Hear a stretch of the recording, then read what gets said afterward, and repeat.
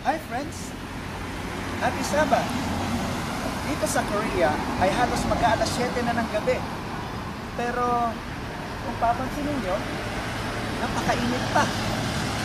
Teka, bakit nga ba tayo mangingilin ng araw ng Sabat? Saan nga ba ito nagsimula? Ang sabi ng Panginoon nung lalangin niya ang langit at ang lupa at nang matapos niya ang paglalang, ay sinabi niya, ang ikapitong araw ay kanyang binasbasan at pinakabanal. Pili Moses doon sa aklat ng Deuteronomy, kaya tayo mangingili ng araw ng Sabat dahil minsan ang ating magulang, ang bayan ng Diyos ay iniligtas niya mula sa Ehipto papunta sa lupang pangako.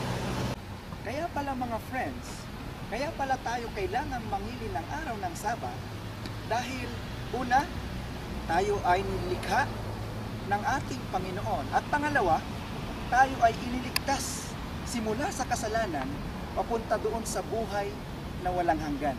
Kaya mga kaibigan, alalahanin natin ang araw ng Sabat na itinalaga ng Panginoon para sa atin.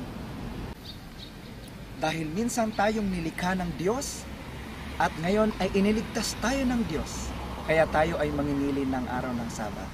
Magandang araw po sa inyo at muli ay Happy Sabat.